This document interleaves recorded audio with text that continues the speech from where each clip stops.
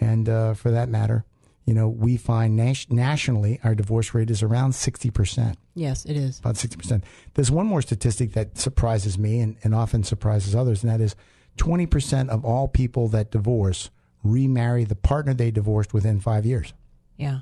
They remarry them later in life. Yet, when I had a group of men and I asked them, how many of you were living together? This was not a divorce course, and you were, in fact, involved in a relationship you hoped that would last. And was there a time that you broke up? And in such, after that brief separation, did you come back together? About 60% of them raised their hand because they acknowledged that, there was a time that I was with a relationship with a person that I thought would be meaningful, and it didn't work out. But, we did come back together. So that number of 20% might be kind of high. Yeah. Might be kind of low. Might be kind of low. Mm-hmm. Yeah. So divorce is a loss. Let's talk about that a little bit. Yeah. When you think about divorce, it certainly is the end of the marriage. And for some people, they view it just as at the end of that relationship, and other people view it as the end of the family. Yeah, and that's a very difficult transition. It's not that the relationship is over. A lot of folks will say, well, I don't want to be married to that person. But then they'll say, well, but I don't know how to be a father to my children and live, with this idea of visitation, and that's very difficult. Mm-hmm. Also, it can mean the loss of financial security as well as income, home, friends, social status. Mm-hmm. That's one of the things that makes adjusting to divorce very difficult. It does. How will the bills be paid? I don't have someone else contributing. Or it can be the other way. It could say, look, I've been paying more than my share, and my God, this is a relief. Right. Also, if you will. Although it's the end of the role as our partnership as a husband and wife, it does not end or change our roles in terms of being a mother or father. We still have the responsibility to raise the children that we have produced. Yeah. And if you will, the other problem with divorce as loss is, of course, that the children, they may have to change schools. They may lose friends. Mm-hmm. They may lose contact with people that were, across the street, people they saw on a personal level. And it changes their contact with usually at least one of the parents because we're no longer living under the same roof. Mm-hmm. And so I don't have access to mom and dad 24/7.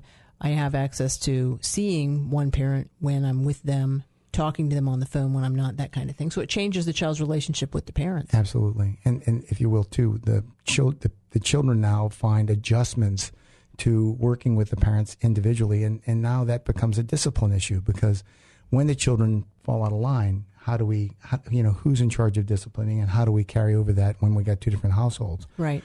But understand that the losses does bring the availability of special supports to you if you need them. And there are a lot of different support groups that you can join that would help you through that.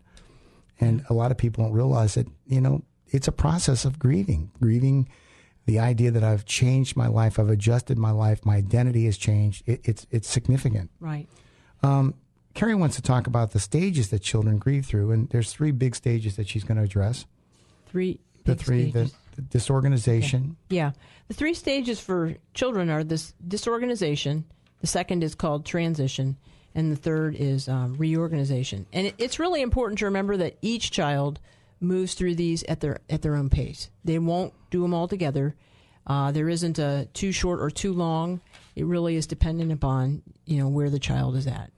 When you look at the idea of disorganization, you can imagine the child is going through the grief period of who am I? How, I no longer identify with the family because now we're broken up. There's mom and their dad. Mm-hmm. So the initial expressions of grief in the child, they can range from regression to temper tantrums, exaggerated fears, in younger children. In younger children, they may have lack of concentration. They may have mood swings, right? Especially if it's older children, right? And then the disorganization of early grief sometimes puts children in a crisis. Right. Both parents love them, but they feel like, my God, I'm going to lose them. Who's going to take care of me? And that can be a pretty tough time. But that pretty much is the main way that children experience that notion of disorganization. That's the disorganization. For them, life has become chaotic. Mm-hmm. Disorganization, chaos. They don't know what to expect. They don't know what's going on. The routine has been changed and broken, and they, just like mom and dad at the beginning, are like, Likewise, the second stage transition is called transition. Yeah, I got it. And here children may experience a feeling of hopelessness, helplessness, and despair. And, when you think about that, kids don't really have control of their lives. Parents have control of their lives. And if parents are figuring out what's going on, kids are being taken along, put along, moved to a new school, not in contact with friends and that kind of thing. And they feel it and act it.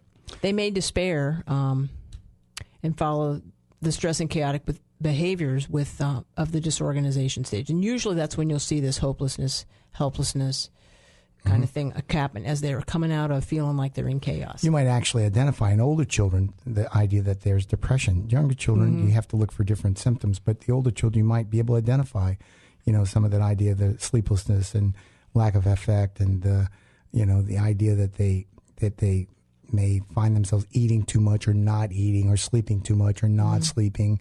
But those signs are there. And a key identifier with kids is to watch what's going on in school.